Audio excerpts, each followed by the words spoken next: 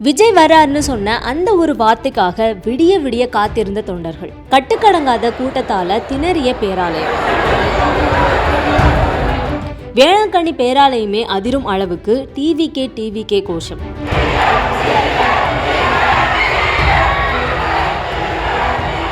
அதிகாலை 3 மணியிலிருந்தே திரண்ட ஆயிரக்கணக்கான ரசிகர்கள். தேர்தல் முடிவுகள் வரப்போகும் நேரத்துல திடீர்னு பரவன அந்த ஒரு தகவல். உண்மையிலேயே தமிழக வெற்றி கழகம் தலைவர் விஜய் வேளாங்கண்ணி வந்தாரா? அங்க நடந்தது என்ன?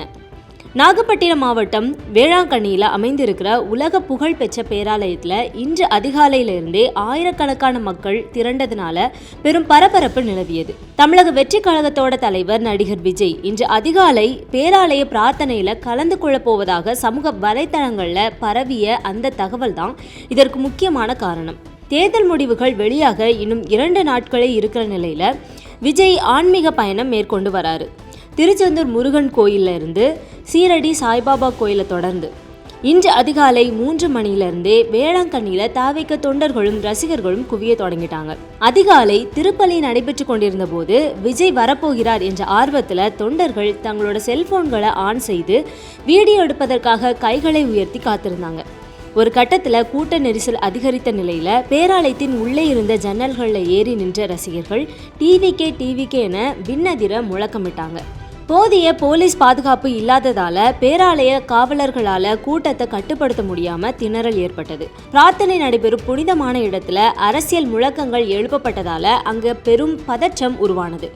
இறுதியில விஜய் இங்கு வரல அப்படின்னு பேராலய நிர்வாகம் சார்பில் அதிகாரப்பூர்வமாக அறிவிக்கப்பட்ட பிறகு ரசிகர்கள் ஏமாற்றத்தோட கலைந்து போனாங்க. ஆயிரக்கணக்கான மக்கள் அதிகாலை 3 மணியிலிருந்தே தூக்கத்தை தொலைச்சிட்டு தங்களோட தலைவரை ஒரு நொடி பார்க்க மாட்டோமா என்ற ஏக்கத்தில் காத்திருந்தாங்க. ஆனால் கடைசி நேரத்தில் விஜய் வரவில்லை என்ற தகவல் அவர்களுக்கு ஒரு பேரிடியாக அமைந்தது. இது போன்ற ஒரு முக்கிய முடிவை முன்கூட்டியே அறிவிக்காதது ஏன்? பல மைல் தூரம் கடந்து வந்த ரசிகர்களோட உணர்வுகளுக்கு மதிப்பு இல்லையா என்ற கேள்விகள் தற்போது சமூக வலைத்தளங்களில் எழும்பியிருக்கு. ஒரு தலைவராக தன்னோட தொண்டர்களை இப்படி காக்க வைப்பது சரியா என்ற விமர்சனமும் முன்வைக்கப்படுது. உண்மையாவே விஜய் தன்னோட பயண திட்டங்களை அல்லது நிகழ்ச்சிகளை கடைசி நேரத்தில் ரத்து செய்வது இது முதல் முறை அல்ல. தேர்தல் பிரச்சார காலத்திலேயே கூட பல இடங்களில் அவர் வரப்போறாரு அப்படின்னு அறிவிக்கப்பட்டு தொண்டர்கள் திரண்ட பிறகு பாதுகாப்பு காரணங்களாலோ அல்லது நேரமின்மை காரணமாகவோ சில நிகழ்ச்சிகள் ரத்து செய்யப்பட்டன. இது போன்ற செயல்கள் களத்தில் அவருக்காக உழைக்கிற நிர்வாகிகளுக்கும் தொண்டர்களுக்கும் மிகப்பெரிய சோர்வை ஏற்படுத்துவதாக அரசியல் விமர்சகர்கள் சுட்டிக்காட்டுறாங்க. திட்டமிடுவதில் இருக்கிற குளறுபடிகள் ஒரு புதிய அரசியல் கட்சிக்கு பின்னடைவாக அமையக்கூடும் என்பதே பலரோட கருத்தாக இருக்குது. இதே மாதிரி நாகூர் தர்காவிற்கும் விஜய் வருவார் என எதிர்பார்க்கப்பட்ட நிலையில் அவரது வருகை ரத்து செய்யப்பட்டு வேறொரு தேதிக்கு மாற்றப்பட்டிருப்பதாக தகவல்கள் தெரிவிக்கின்றன. இன்னொரு பக்கம் ஆன்மீக பயணம் என்ற பெயரில் விஜய் மேற்கொள்ளும் இந்த திடீர் விசிட்கள் வெறும் தேர்தல் முடிவுகளுக்கான வேண்டுதலா அல்லது தனது கட்சியின் செல்வாக்கை சோதித்து பார்க்கும் யுக்தியா என்ற விவாதமும் சூடு பிடிச்சிருக்கு. குறிப்பாக எல்லா மதங்களுக்கும் நான் பொதுவானவன் என்பதை நிரூபிக்கவே வரிசையாக திருச்செந்தூர், சீரடி, வேளாங்கண்ணி, நாகூர் என பயணிக்கிறார்னு அவரது ஆதரவாளர்கள் கூறினாலும் தேர்தல் முடிவுகள் வரப்போகும் நேரத்தில் இது போன்ற பரபரப்புகள் எதற்கு என எதிர்க்கட்சிகள் விமர்சனம் செய்கிறாங்க.